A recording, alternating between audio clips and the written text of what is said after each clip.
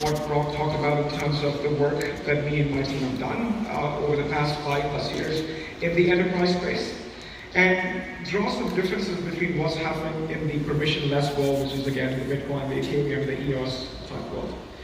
And with that, I again want to be thankful for being here. Thank you for the invitation. Glad to be here. And this presentation is actually a story. It's a compression of 5 years of my work and my team's work in terms of understanding and defining problems, understanding where banks and financial institutions are doing the work to be able to keep up with the disruptive world of the crypto world as we know it, and all the things that Brock talked about, the possibilities of instance economy, the ability for us to tokenize assets, the ability for us to promote financial inclusion. There's a process to it. So many of us who've been hands down, a little history of what the enterprise world is doing, which is a bit different from the traditional disruptive forces that we see with Bitcoin and Ethereum-like networks, is 2011. 2011 is when I was leading the mobile payments work for IBM. I went with about 65 different payment ecosystems, payment processors, and it is then when we begin to talk about blockchain and Bitcoin. So it's not new for the enterprise. It's been the momentum where the traditional establishment that we oftentimes talk about, the large banks, the large financial institutions, are doing exactly the type of work to keep up with the disruptive power of blockchain. So this presentation really talks about the notion of bridging the trust divide. The trust divide of what the enterprise is doing, which is the large establishments, the banks, the supply chain institutions, shipping companies, what we begin to see the potential of blockchain in various industries, identity included, financial services included, healthcare included, and what is the potential use of that from a regulatory perspective, and then implication of the innovation that is moving at a much faster pace at the permissionless world, or as we call it, as the crypto world. So this is a story of that journey that we've gone through. Now, if you ask me, what are we trying to do with blockchain? Because blockchain seems to be the answer to everything. It's a hammer.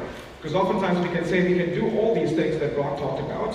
The ability for me to own my data, own my identity, move from different borders, include financial inclusion, be able to solve many of the world's problems, including the internet, as was mentioned. What are we trying to do with it, right? So I spent a lot of time in researching the use cases, the projects, the work that we have done. And IBM alone, we've been in more than 1,200 different projects, and it's a pipeline where we see 1,200 projects moving to actually 100 actionable use cases. So we've had a ton of failures, and this story is from learnings from that failure of what has worked, what has not worked, what are the technical and business challenges that we've seen. So to answer the proverbial question, what is blockchain, and why do we need blockchain, I look for these two constructs.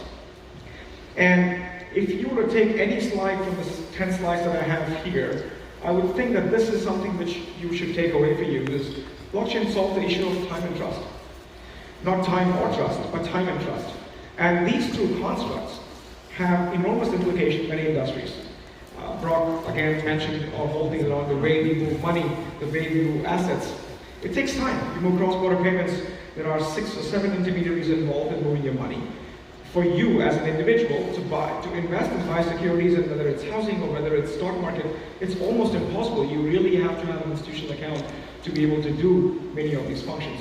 So time is one of those constructs, whether it's supply chain, whether it's financial institution, whether it's healthcare, is a core element of what blockchain tries to do, because at the end of the day, the decentralization, the distributed nature of the ledger technology that we talk about is really meant to provide consistency of moving from an asynchronous data dissemination model to a more synchronous data dissemination model, thereby solving the issue of time. And trust, which is the core fundamental element of disintermediation, is one thing that each of these parties involved in various transactions cost. So there's a cost element to all the things that we talk about, right? And so in many cases, if I were to look at what are we doing in blockchain, these are the two fundamental issues we're solving in any use case. And I've used this litmus test in discerning between the use cases that need blockchain and the use cases that may not need blockchain, or they may not only need blockchain. for that purposes. Something else I'd like to mention, I think Brock mentioned that internet is broken, and I would argue that many of us who are involved in building standards, building technologies, it's not broken. Internet was designed for information dissemination. We designed internet to move information, and over time, this information dissemination model moved to asset dissemination. We were comfortable banking, we were comfortable transacting on the network, and eventually the idea was that the network that was not designed to move value suddenly was being used to move value in form of information. It has its inefficiencies, and over time, we begin to now see vulnerabilities of internet all across the border. So in many cases, we are building upon what we know and trying to create value network, which means all the lessons learned, all the protocols developed, all the security elements that we worked on is going to be a stepping stone for us to be able to build this new model that we talk about. So, a few databases that I think you should know. And this is a bit dated, but I want to drive a point across here. First thing is, there was a World Economic Forum, IBM Business Value, Gartner reports. We took a bunch of these reports and said, what are the numbers that are important to us? So the first number is 10% of GDP will be stored on blockchain. This is about last year. And we begin to see, in some cases, and I'll cite some of the use cases, banking, financial services, asset management companies have begun to use blockchain to store value. Not to mention that the incumbent value that you get from the permissionless world, which is the Bitcoin Ether, the crypto asset space that's driving the valuation of some of these assets.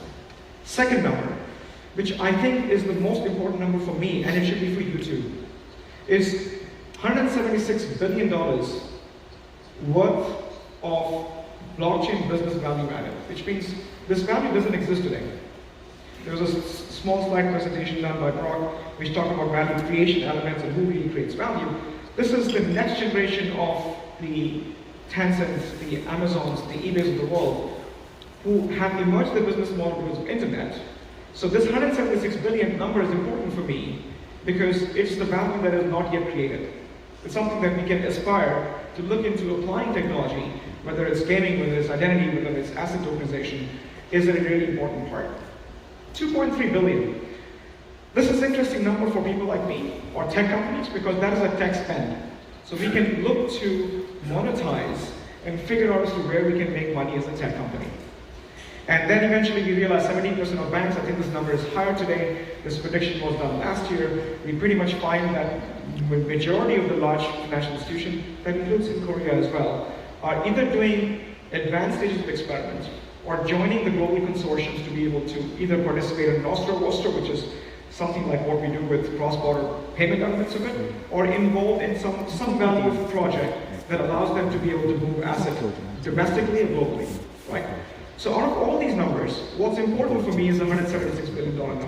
And I'm going to come back to this with an example of where the value is. And if those of you who are entrepreneurs in the room, those of you who aspire to have a startup mindset, I think this is a really interesting element that we begin to see coming from the enterprise space that's making changes to the business model that we have been discussing so far. So, at the end of the day, we know why blockchain, time and trust, two constructs. What is blockchain? So we oftentimes label blockchain as a platform for disintermediation. Remember this, blockchain is not just a network that comprises of many like-minded businesses coming onto the network, which means that you can't have a mortgage company and a shipping company in the same network. We have to ensure that there are business-specific, domain-specific networks that are emerging. But what's important is that in this network, if I'm able to move value, move assets seamlessly, without intermediation, I have cost advantages and I have speed advantages. And the notion of transparency in many of these networks leads to better cost savings that can be passed on to the ecosystem consumers. So in many cases, you'll find that it's a trusted digital transaction system, platform for disintermediation. It's platform for co-creating value. And co-creation, the examples that you hear at every conference these days, Facebook and Uber and all these other, that's co-creation. You're basically creating a platform for multiple parties join the networks. And the interaction between those platforms, in my opinion, leads to newer business models that didn't exist before. Because the platform has value in terms of assets, platform has business rules in terms of smart contracts, platforms has transactional trust, ability for me to be able to connect to anybody on the network and transact. And this leads to solving, again, the issue of time and trust, but also achieving cost inefficiencies from the system, extracting the cost inefficiencies, and creating new business models. And I've seen that firsthand in the past 5 years, and I'll share some of those nuggets of information with you in terms of use case. But there's something else you should know. If you look at some of these multi-party trust networks, a digital marketplace, we have digital marketplaces. We have Baidu, we have Amazon. The question you ask me is, we already have digital marketplaces. We have ability for me to transact and have a digital notification. So how is blockchain relevant here? So that story continues, where this is the set of use cases. After 6 years of work, my global team, we realized that these are the use cases that we have validated from the industry. That means there's money in these use cases, there's industry backing of these use cases, and there is ability for the industry to form consortium from these use cases. Now, of course, blockchain is a hammer to solve many problems, but these defined use cases to me represents the ability for us to invest in the right direction to change and disrupt some of these use cases that we have begun to see emerge. And this is a representation of those use cases and consumption of the technology to solve the business challenges. One thing that's notable here, of course, there are financial entities, there are risk model entities, there are pre and post-trade settlement use cases that we've seen, there's government. You realize that each of these examples that we have cited, these are reference customers of ours who have gone down the path and making their investments, grow the network. Dubai, for example, is well down the path of creating a true digital mechanism for each individual to not only interact with the financial system, but also be able to interact with the government services. Passport-less entry into the country, of course, it's not there yet, but you have to create a foundation with identity, with verification, with validation systems. There's a lot of tech before I can really aspire to achieve the goal of passport-free entry in the system. So that's the goal. The goal was to start with being the happiest place on earth, and it's not Disneyland, of course, but to be able to create Dubai the happiest place in the world, and to be able to drill down what's needed for a citizen to be happy and not spending, citizen or a resident of the country, to be able to avail government services, to be able to participate in the financial system, in the driver licensing system, and so on and so forth. So it's a really, really important part where your vision starts, your goal starts with the vision, and we've been at this for 4.5 years in trying to address the verification validation system. So there's a lot of technology which oftentimes is ignored in many of these events. So remember that part, that many of these use cases start with a vision, had some commitment from executives, and then eventually employed many of the tech companies involved in creating that infrastructure that's needed to make these use cases real. And this is another perfect example of the $176 billion use case. What you see on your right-hand side is financial services. That's the use case of VTrade. VTrade is a trade financing global platform, and trade financing, to me and to you, in Korea, is one of the most important elements because you do have one of some of the world's most iconic companies here. Samsung, LG, for example, right? So trade finance is a huge sort of element because you do global trade by the virtue of many of the innovation that's in the country. So that system was created to address the notion of a small business, to facilitate movement of money and working capital and so on and so forth. What you see on the left-hand side is the work that IBM and Maersk have done with global trade. This is the work that we have done with TradeLens, ability for me to be able to move goods in containers over ship and remove all the paper processes and middlemen needed to provide assurances and guarantees. Because remember, blockchain solves the issue of time and trust. So if we can provide at a technical level, verification, validation at both these levels, then you can imagine the exponential nature of how we connect those two networks. You have a network that's for trade, you have a network that's for finance. Movement of goods and movement of money is foundation to any economic system. So in many cases, what we see with the consumer industry is the emergence of new business models and new industry infrastructures. So imagine if I can create trade financing model, reduce my risk because I have visibility of movement of containers, ability for me to be able to create supply chain financing products from a banking perspective. And from a warehouse point of view, if I know which goods are moving in the system, I can redesign and repurpose my warehouse to meet the demands of the goods coming in and going out. So you see, what you see below as a consumer industry is the business model that doesn't exist today.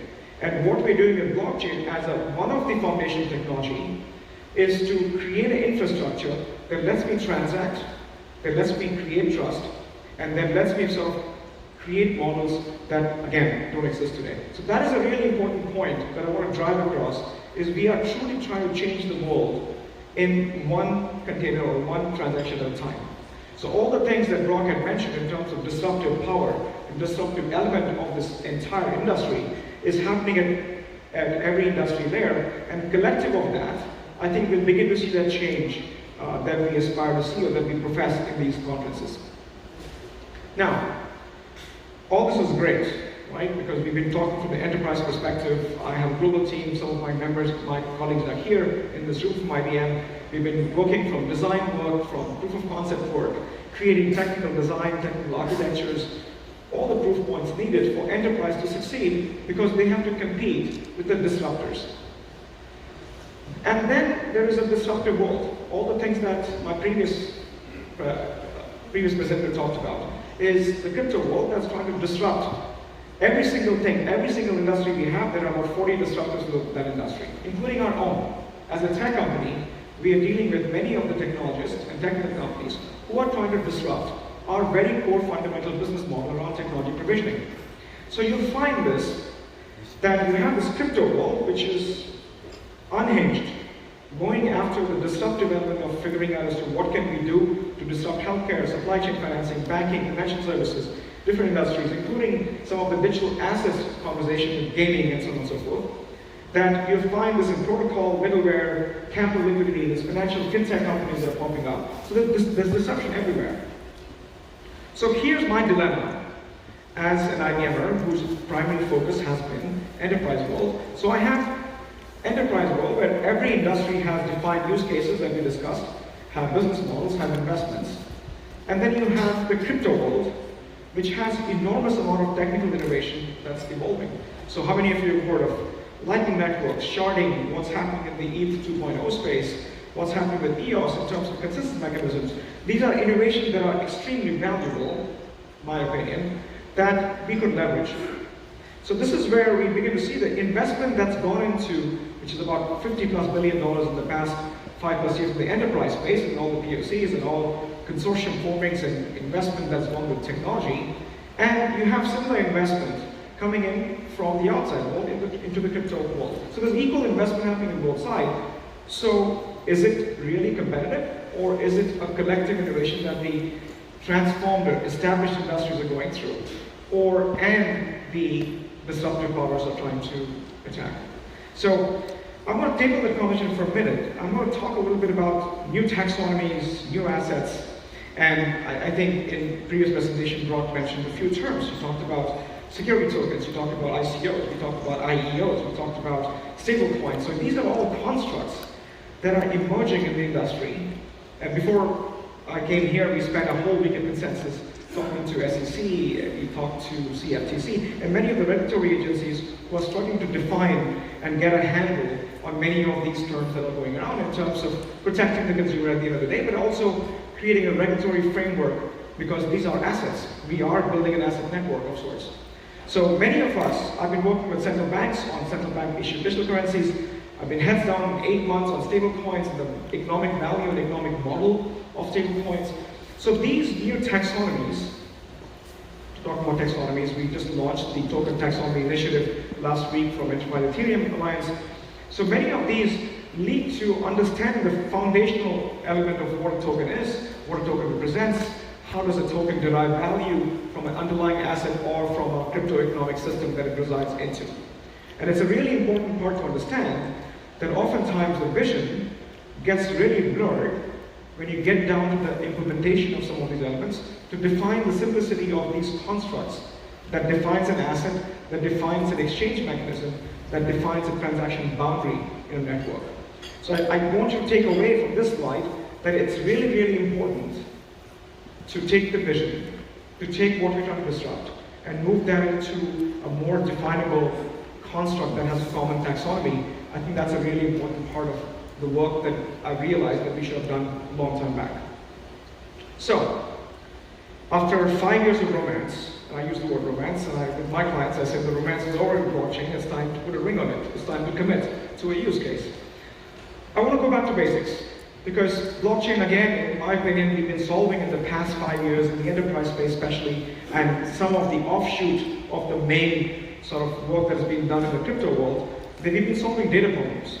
We've been solving issues with sort of amalgamating, and again, moving from a asynchronous to a more synchronous data dissemination model. I want to go back to the fundamental tenets, discerning from the information network or the internet. So we have to have some characteristics. You have to have trade, trust, ownership, foundation element of most blockchain networks, because it's a value network. Most demos shows the movement of asset. So oftentimes you see an asset, say, look, asset has moved from point A to point B. But if I'm selling you my car or a portion of my house, I'm expecting something in return. Because oftentimes the transaction has two modes of exchange. So we have to address the duality of a transaction. What I'm trying to tell you here is we have to deal with different asset types of the system. And asset types bring its own baggage of regulatory elements, but it also brings the technical challenges of how you deal with an asset. Second thing is, I'm dealing with digital assets. I cannot assign digital assets to a driver's license and passport. So I have to address the foundation element of digital identity, which is an important part of the entire equation. How do we identify individuals and how do we identify corporations in that ecosystem? Because we are building that digital network of sorts, right? And the last thing, which again has been my focus for the past 1 year, is digital fiat. How do we convert our traditional fiat, which is the money, the won, the dollar that we have in our pocket, to digitalize it? And these are complex challenges, because you're not just dealing with technology, we're also dealing with the economic concepts that drive the asset. So in many cases, as I'm now putting my heads down in the past 5 years and understanding the token movement and token economic systems, it is not just about asset tokenization, it's about the economic system of the network.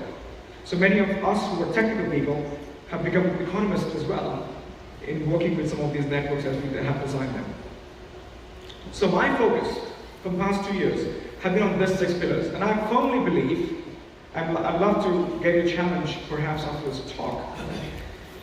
6 pillars. If we don't address these 6 elements, whether it's the enterprise space or whether it's the wild, wild west of the crypto world, I don't think we can push the blockchain agenda forward. You have to focus primarily on digital identity, identifying the individuals, identifying things, identifying corporations, entities, countries, and so on and so forth. So digital identity, to me, becomes foundation, and that's why I think many of the central bank issued digital currency projects in the world have a corresponding digital identity project that's happening at the same time. Second thing is digital fiat, another foundational element that we have to address, and I think the industry itself has gone without a stable point, because that's the interim path, in my opinion, until the central banks and the governments of the world begin to look into issuing the digital fiat, because digital fiat provides a most common fungible exchange mechanism that we've seen. It's a belief system. It's a token that we've known for the longest time. Of course, it has a physical manifestation of it. It's required to be able to provide a common valuation mechanism for me to be able to exchange things of value, whether it's digital or a digital manifestation of physical asset in the system. Asset tokenization. So how many of you are entrepreneurs in the room? I believe it's a huge opportunity. It's a huge opportunity for us to focus on this and introducing the right sort of tech in tokenizing physical assets, but also tokenizing in many cases the asset that may lie in virtual world, like the gaming environment, but also figuring out the integrity of those assets as the asset moves across various ecosystems. Today, the challenge we have is the assets are confined to a network, and their movement is onto a network, and the irony of all ironies is the exchanges. In our opinion, I'd love to get the opinion of the purist from blockchain perspective, exchanges shouldn't exist in our world. But we have them only because of some of the technical elements of the movability of these assets from one network to another network. The last 3 what you see is the security design of blockchain system. I've spent a lot of time, in fact, I used to be younger looking before I joined blockchain security than what I'm now. But I believe that cybersecurity risks are at the heightened level in many of these networks that we're designing. So security protocol, not just from consensus and cryptography, because they protect your asset, they define the asset, but to be able to create enough modes in the system that allow us to protect the networks and preserve the integrity of the asset. Business models. I have gone through at least 100 in my life. Use cases, POCs, MVPs, because MVPs work. It's a controlled experiment. They always work. POCs always work. Is moving from that stage to productionizing it requires a business model. Whether it's a crypto-economic system in the crypto world, or figuring out the consortium's engagement model in its own ecosystem.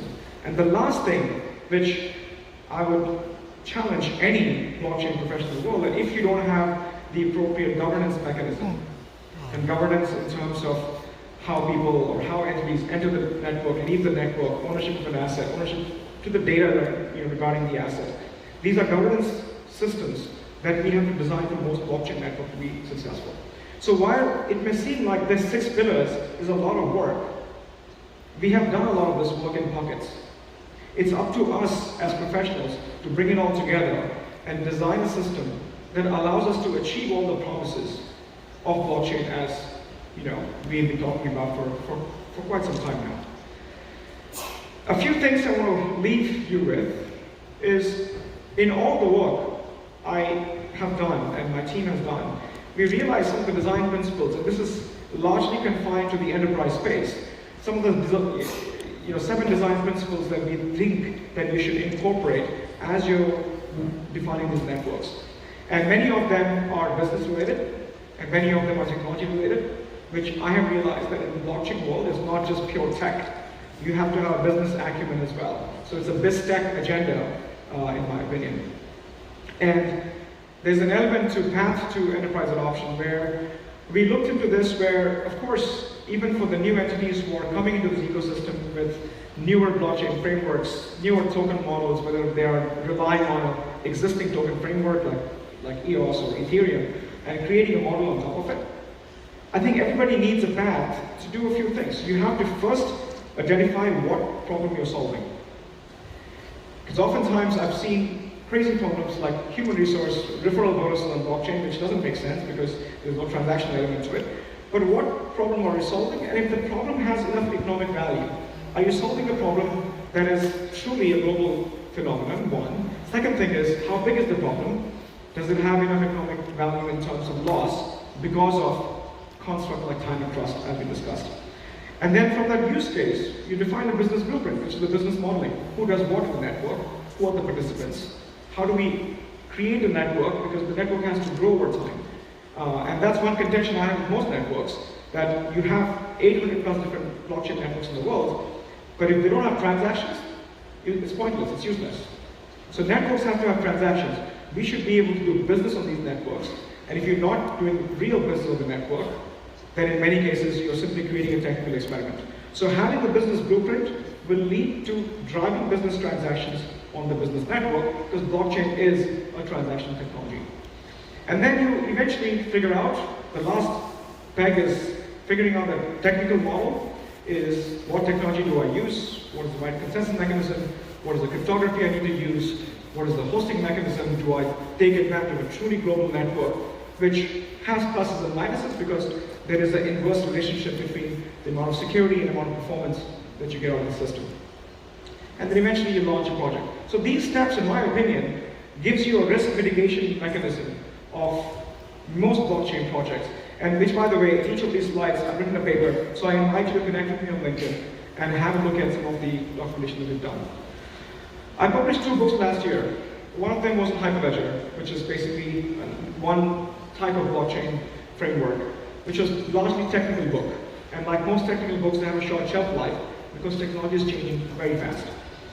This book we published in February this year because I realized that what blockchain lacks today is true acumen from a business perspective, where we either lack business models, you lack risk framework models, you lack valuation mechanisms, so most senior executives that we work with really needed some sort of tools for them to be able to make investment decisions. And I believe in this book we've also addressed the tools that most of the VCs and investors would have to know in terms of what is the right investment rubric that has to go into blockchain networks.